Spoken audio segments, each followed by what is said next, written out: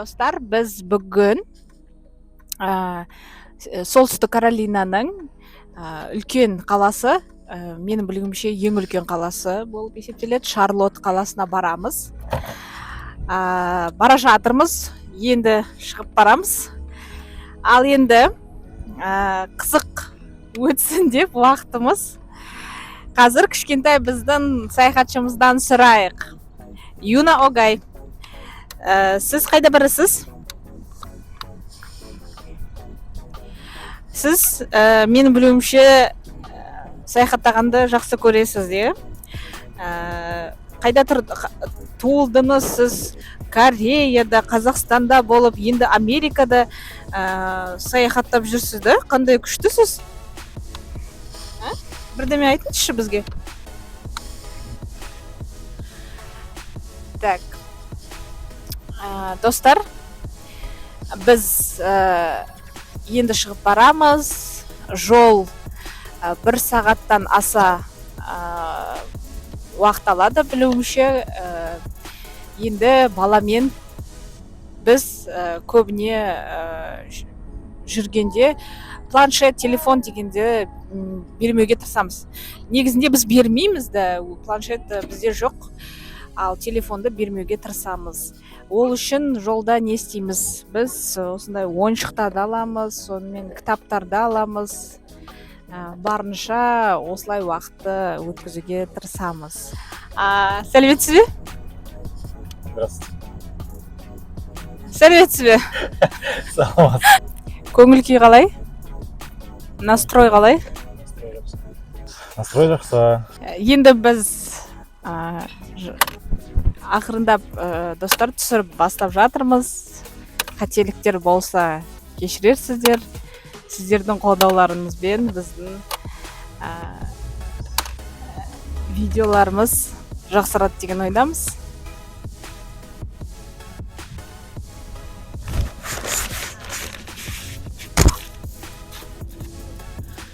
Достар, негізі Американың жол жүру ережелеріне байланысты бала 7 жасқа дейін автокреслода отыру керек.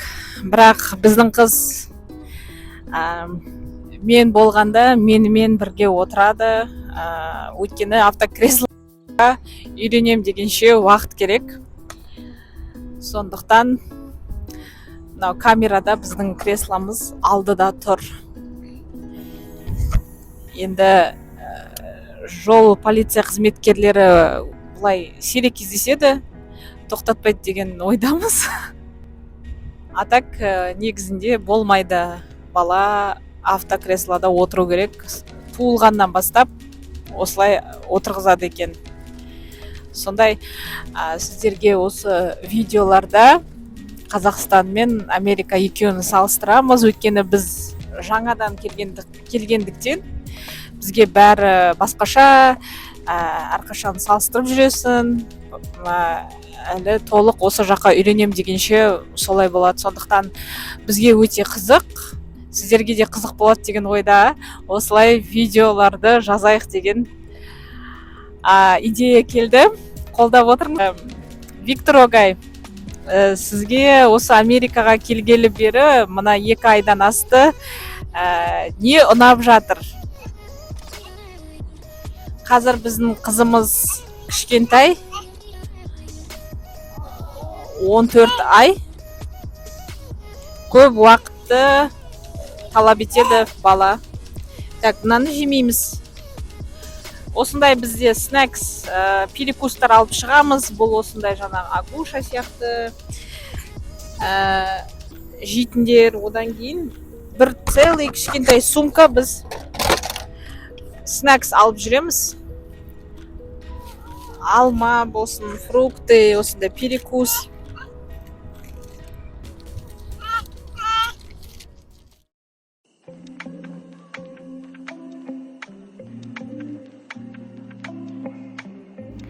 Достар, біз жолай осы Treasure Hunt деген жерге соқтық. Бұл ликвидационный орталық, яғни адамдардың онлайн немесе дүкендерден сатып алған заттарын қайтарып берген заттарды өте төмен бағада сатып алсаңыз болады. Алғашқы күні, зат қабылдаған күні $10 сатады, және ең соңғы күні $1 заттарды алсаңыз болады. Бұл жақта жаңа киімдер және жаңа немесе қолданылған техниканы сіз ала аласыз. Өте ыңғайлы, күшті. Біз мысалға бірнеше заттарды алып, OLX сияқты платформада жоғары бағада сатып, бір кішкене ақша табыс тапқан кездерімізде болды.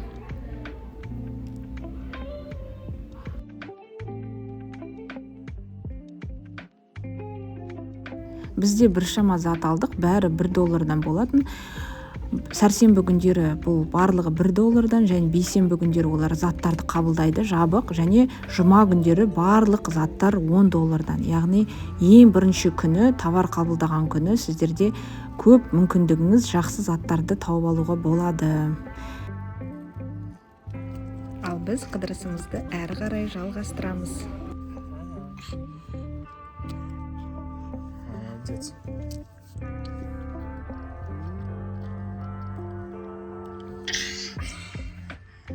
Достар, біз Шарлотт қаласына келдік.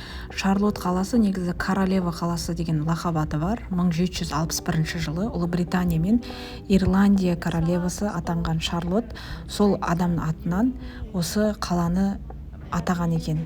Шарлотт ол солтүстік Каролинадағы ең үлкен қала, шамамен 2,600,000 тұрғыны бар екен, және Америка бойынша бұл 17-ші үлкен қала болып есептеледі. Шарлотты үлкен қаржылық орталық қаласы деп те атайды, өйткені бұл жақта Америка банкінің корпоративтік штаб-пәтері орналасқан екен.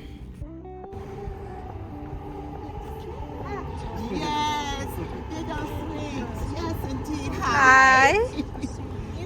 Have a wonderful day. You too. Thank you.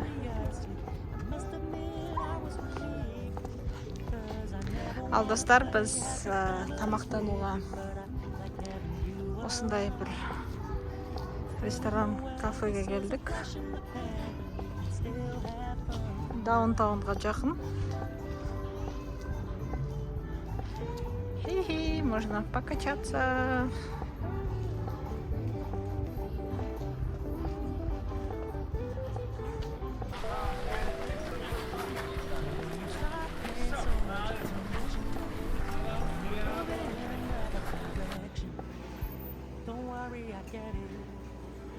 I meant what I said when I said it, lady. I never wanna look at a house in the garden. I never wanna lock you down. I know you're not mine, it's just my turn. We can still have fun now. No, I never wanna play. Так, осындай бол алдым. Енді біздің қазақтар қайда жүр екен? Вау, іші далада отыруға болады.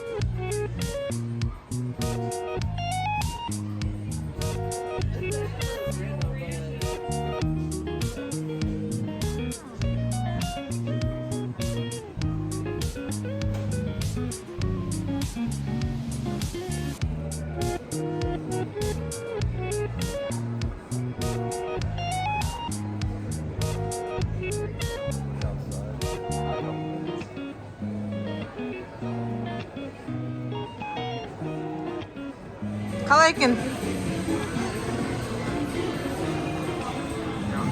Жанды болды. Жоқ.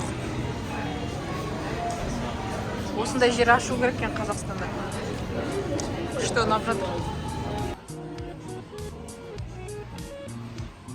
жол жөнекей біз IKEA супермаркетіне келдік. Шынымды айтсам, алғаш рет осындай үлкен IKEA-ға бардым. 2 этажды үйге керектің барлығын бұл жақта таба алады екенсіз.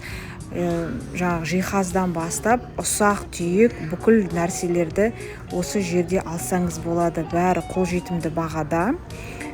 Біраз араладық, қарадық, және де қарнымыз ашқан соң осылай ішінде тамақтануға болады екен. Тамақтары да өте дәмді, қолжетімді бағада, сондай керемет. Шарлотқа келсеңіздер, барсаңыздар, міндетті түрде осы гипермаркетке соғыңыздар.